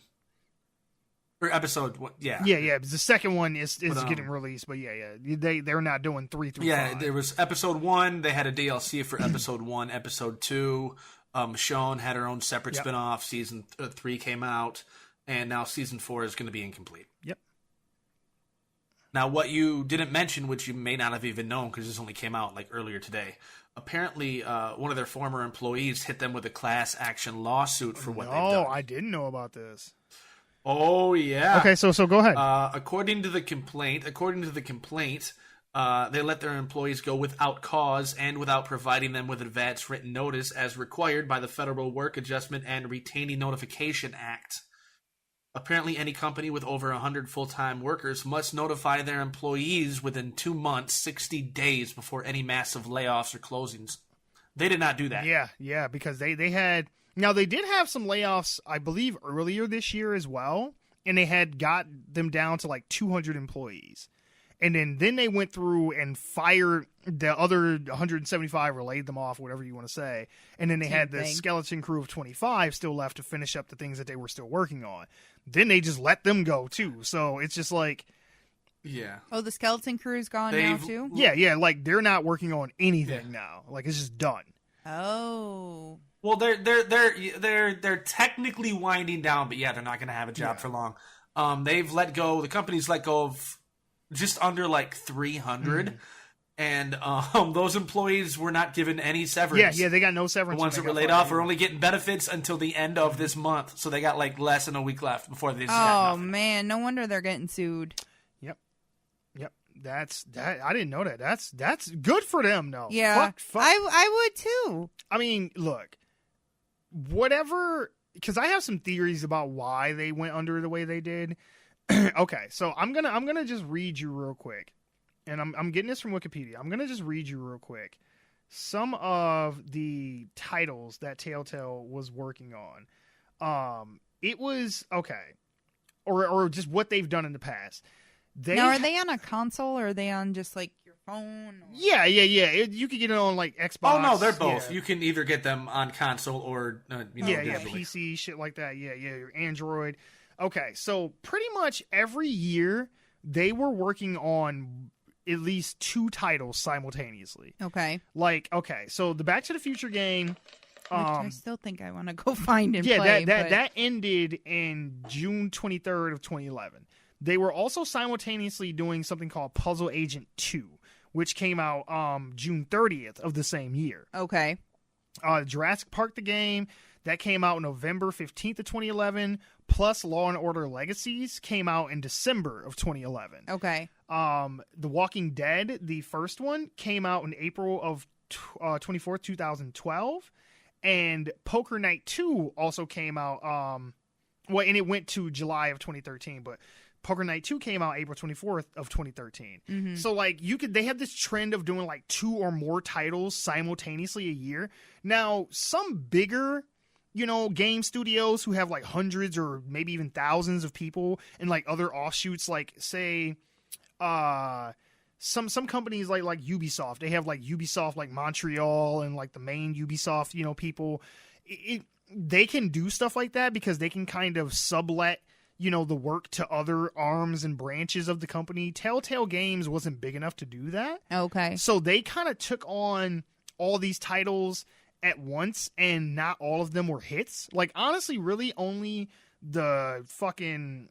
I'm pretty sure just The Walking Dead and the Batman game were like their biggest sellers, right? Well, they had a lot more than what you mentioned. The Minecraft one, from what I can remember, actually did pretty well. Minecraft story. A Wolf Among Us did really well. That one too. Tales from the Borderland. Poker Night was just pretty much a collaboration of other characters like Strong Bad, Team Fortress, so that's not really that big. Oh, and they had a Guardians of the Galaxy Galaxy one. Yep. In stereo. Yeah, I know, right? I have a number of these on Steam. I haven't even gone through all of them yet. So I'm thinking I'm going to want to now. But although it sucks because I want to finish off The Walking Dead, and I'm not. I know. I was going to say you will never see what happened to Clementine. Oh, but that's the thing though. It's like I just feel like they kind of were releasing too many titles at once, and the shareholders and like the companies who were licensing the characters and the IPs to them probably weren't getting back the returns that they maybe wanted to from other AAA titles like a Call of Duty or something like that. It's like, you know, what they did was kind of very niche.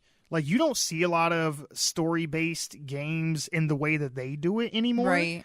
And it was a small market. I mean, there was only going to be a finite number of people who were ever going to be really interested in it. I mean, yes, some of these were breakout hits and did well. Sure.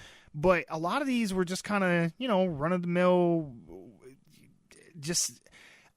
It didn't capture the zeitgeist of like the gaming community, like, right. You know, not every time. Everything you do can't be a hit. Right. You know, and it's like, unless you're Marvel. Sure, but it's like, unless you're like a EA or something like that, you can afford to have some, you know, kind of flops here and there. You know, they just won't go back to it no more. But sure. I don't know. I just think that they took on too much and they didn't have the capacity to really put it out, because a lot of people complain about their engine and the games being kind of buggy. And what's really fucked up about this, I don't know if you knew this, Ben, but they had just revamped or got a new engine, and it was going to be used on the like the Stranger Things game that was coming out and shit like that. But we'll never even see what the new engine was going to be like for their games that they had made, you know, going forward. So a lot of the shit that people had issues with, they were trying to fix, but we'll never see the fruits of that labor because they're fucking out of business now. Yeah, and I think one of the major issues that probably did plague them was the fact that despite you having multiple story arcs in these games, there was not a lot of replayability. Yeah. You buy it, you play it once, and that's it. Yeah, it's like, yeah, maybe you might go through and choose different things to see what different outcomes you might get, but for the most part, yeah, you, like Ben said, you play it once, you've played the game. You right. know? It's not like a multiplayer or something where you can go back and play with your friends and have some kind of competitive thing to keep bringing you back. You know, you're not leveling up a character or anything like that. You're just, you know, you're basically watching a movie, an interactive movie, pretty much. Right. Is probably the best way I can describe it. But one thing about this though that I guess can be the light at the end of the tunnel is a lot of other developers have reached out on social media and gone to these people and been like, hey, you know, sorry to hear about what happened, this, that, and the other. Like, hey, get in contact with whoever, you know, we got an opening here. We'd love to bring you onto our team. So, I mean, at least there's that. Right. I don't know. That's all I got, though. I can't think of anything else positive for this because it just sucks. Hopefully, all these developers that worked for the company are able to find jobs with other, you know, developers because of this. I hope so, because I mean they were a, like I said, they were a niche type of game, or they developed like niche types of games, but I think that it was something different because, I mean, everything just feels like it's a fucking shooter or an open world sandbox game anymore. And it's like, you know, or either that or a Madden or an NBA Live or some shit, you know, so it's not, there's not a lot of diversity in games, to be honest. And this was something different. And it's sad because I don't think we're ever going to have episodic story-based games like this anymore. Like, I think now that Telltale is out of business, that's it. Like, no one's gonna do this anymore. Right. I mean, you might have your little indie games on Steam and shit, but you're never gonna get another Walking Dead or a Batman Telltale game. No, you may see a game of this genre come back, but it is niche. Major devs are gonna realize there's not really a big pot to make money out of them, so they may pop up now and again, but never in the amount nor with the IPs that Telltale was able to license for these games. Yep. This will be a dying art. Oh yeah. Say. Oh yeah. Now, unless somebody wants to, like, because this was like a modern equivalent to a less complicated, like, old Sierra PC game. Unless we can get something like that again, like a point-and-click adventure or something. Sure. And the only other thing I could think that could maybe salvage this, especially with The Walking Dead, because yeah, it sucks that we're not going to get the Stranger Things game, but I think a lot of people need closure for the Walking Dead series. And the only way I could see this happening is if they maybe did some kind of Kickstarter, but I don't even know if they could do that with an IP like The Walking Dead. You know, that's not like an original IP that Telltale came up with. That's being licensed to them from whoever owns the, you know, rights to The Walking Dead. So it's like I don't think you could do a Kickstarter for that. Then it would be nice if whomever owns those rights would say, you know what, just finish the game. I'll license them to you for free, and then let us, you know, start up a GoFundMe or a Kickstarter for it. Because I'm real talk. Like at the end of the first season, I streamed it. I streamed 1, 2, and the DLC. I legit like cried. I teared up. I've heard that from a lot of people. Of the first season. Yeah. These games are excellently written. In not just that, but the voice acting is on point too. And people need their closure. I want a definitive ending. I want to know what happens to Clem. Mm-hmm. Right. Because she starts off without spoiling it for anybody that hasn't played it, it's coming to age. She starts off like as a little girl. I won't say how she winds up in the circumstances, but she ends up like being a teenager. So it's like, I'm pretty sure she's a teenager in the end. I haven't played the final season. I haven't even played season 3, but I'm pretty sure she's like a teenager at this point her character is probably like, what's his face from the show? I don't watch The Walking Dead, his so son. I couldn't tell you. Yeah, his son. I can't think of his name either because I haven't watched it since the last season. Yeah, you're on your own there, but man. Basically, I don't watch it either. Yeah. And I'm tired, so I can't be thinking about this. But anyway, Clementine ends up becoming a strong young woman who can defend herself, and so I want to know how the story ends. You know, the closest thing That's we my point. would probably have to this is The Last of Us. I don't know if you've played that game, but it has a lot of similarities with what they were doing with The Walking Dead. And you know, you have the main protagonist is like the older gruff man who, you know, he ends up dying by the end, spoiler alert. And Elle, the young girl, she has to take care of herself, and in the sequel she's older now, and you know, she's the main protagonist going forward. So I guess, I mean, if you could, you know, vicariously, you know, have that experience that you had with The Walking Dead through The Last of Us 2, I guess. But yeah, if you had serious investment in the story of Clementine and what happened to her, yeah, you're just fucked. Like it's yeah, that story's done. Everything about this is tragic. They were great games with great characters by great developers, workers, creators, what have you. And at the end of the day, they're not going to be able to finish what they started. And that is the tragedy. And if this company is found guilty of... Now, mind you, federal law and state laws vary. That, you know, I think the California state law is a little more strict than federal.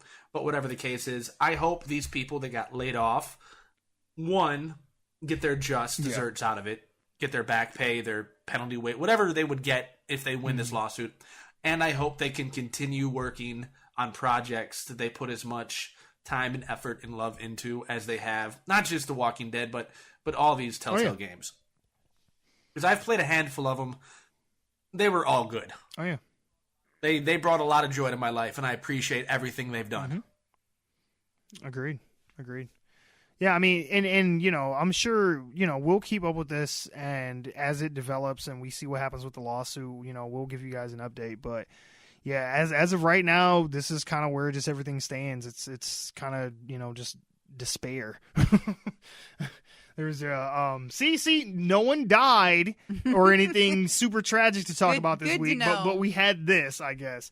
See, we have to maintain this sad, somber story episode. So it's like we start you off on a high and then we bring you down at the end. Sorry, kids. Yeah. But do you have any other final thoughts that you want to say on this, Ben, before we left? The only final thought I really have on this is that I need to get my hands...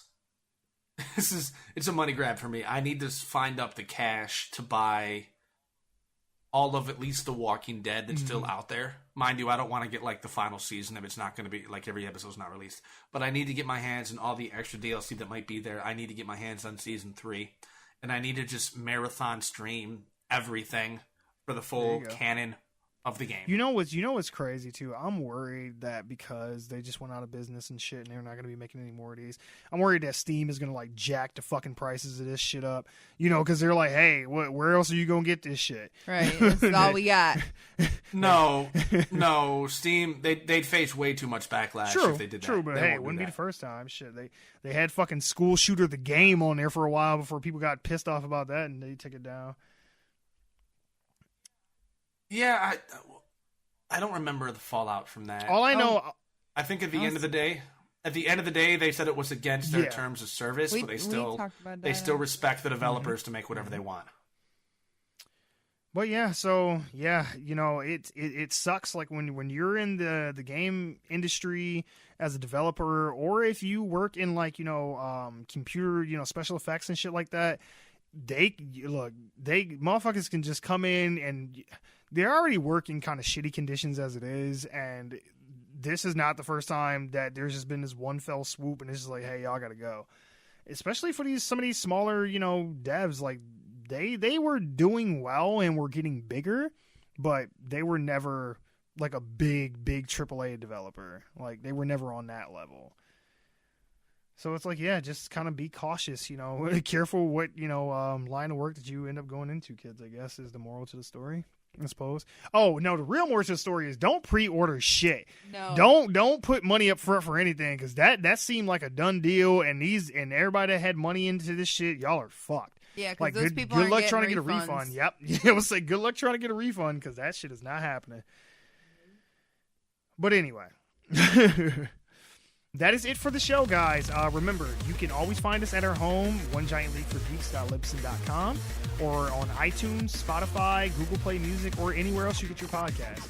Make sure to show us some love, so go ahead and give us some likes, subscribe, rate, follow, review, and all that shit.